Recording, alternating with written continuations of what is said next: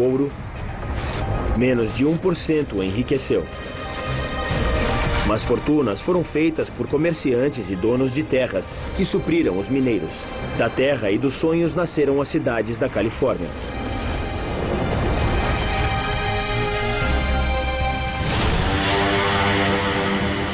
Mas a fome da nova nação por bens desencadeou outro tipo de revolução.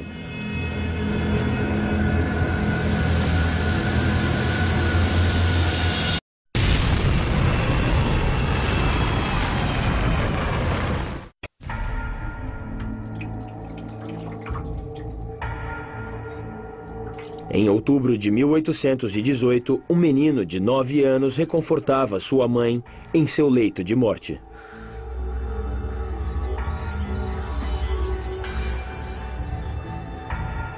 A doença do leite matou milhares de pioneiros. A causa era uma planta venenosa que o gado comia. O veneno passava para o leite e era letal para humanos.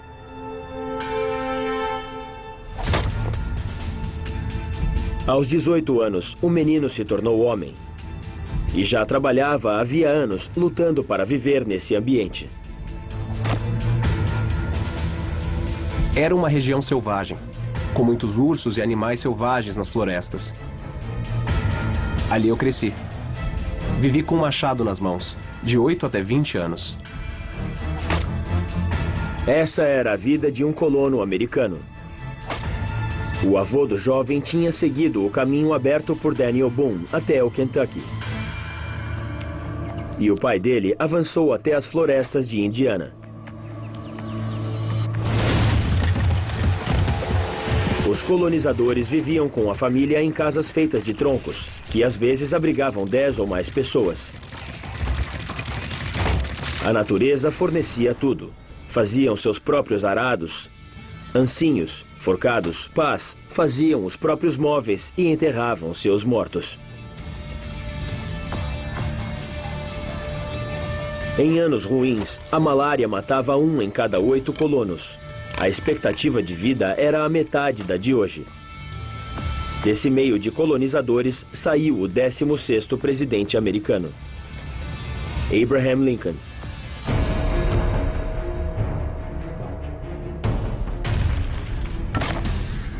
Se trabalhar muito, você vai poder fazer o que quiser. As possibilidades são infinitas. Para mim, esse era o sonho americano. A família de Lincoln e milhares como ela conquistaram o Oeste em 4 gerações. O presidente Jefferson achou que levaria 1000.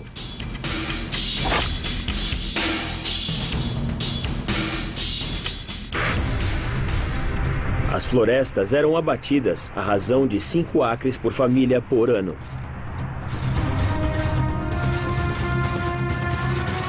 Em 1800, 23 milhões de acres do Indiana eram selvagens. Em 60 anos, tornaram-se terra cultivável, plana e fértil. Mas nem só as florestas foram abatidas. Sempre foi uma falha profunda da imaginação americana. Nunca conseguiram imaginar um futuro para os povos indígenas como americanos. Os povos indígenas tiveram de imaginar isso sozinhos. Essa foi uma parte má. Andando. Em 1830, o presidente Andrew Jackson instituiu uma nova política, que seria mantida durante mais de 100 anos. A realocação forçada de tribos americanas em reservas. Você, andando! A lei passou por diferença de 1 voto.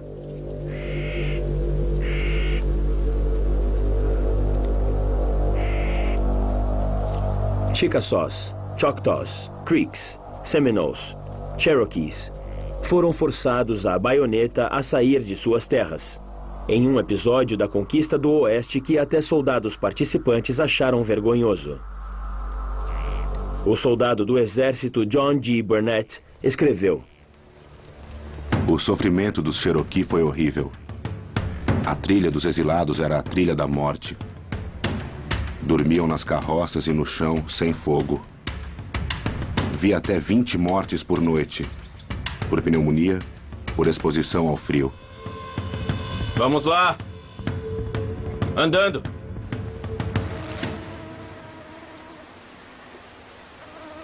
Sua marcha de 1.600 quilômetros ficou conhecida como Trilha das Lágrimas. Foi um ato vergonhoso da história americana e, a seu modo, foi um ato icônico, porque simboliza o que aconteceu aos nativos americanos.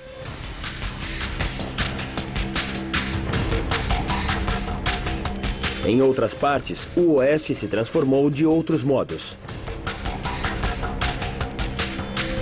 Do Minnesota até Nova Orleans corria o poderoso rio Mississippi, com seus 3.000 quilômetros de comprimento alimentados pela chuva de 31 estados. Era um rio vital que conectava o Oeste ao resto do mundo. As estradas, quando existiam, eram trilhas lamacentas e o rio era o único caminho comercial para os colonizadores venderem seus produtos. Muitos produtos eram embarcados, mas eram embarcados desse modo muito primitivo. Um fazendeiro fabricava uma balsa que enchia de porcos para corte e raízes de sassafrás, de ginseng, de tabaco, qualquer coisa. Carregava e descia pelo poder do Mississippi para vender suas coisas rio abaixo. Aos 19 anos, Abraham Lincoln desceu o Mississippi pela primeira vez em uma simples balsa. A corrente era forte demais para voltarem. As balsas eram vendidas pela madeira em Nova Orleans. E os fazendeiros caminhavam 1.000 quilômetros para voltar para casa. Mas nessa primeira descida, Lincoln viu o futuro.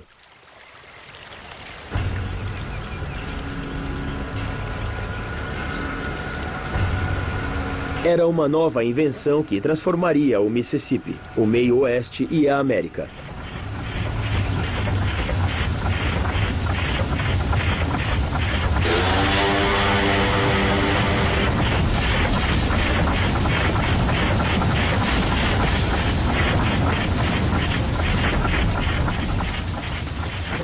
O barco a vapor foi a máquina do futuro do século XIX, tanto quanto o avião foi a máquina do futuro do século XX. Encurtou distâncias e conseguiu, com isso, facilitar o comércio.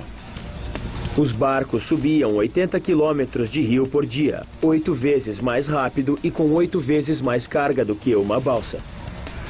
Os primeiros modelos eram perigosos, mais da metade explodiu. Mas seu número triplicou a cada década. E fizeram do meio oeste o centro econômico americano.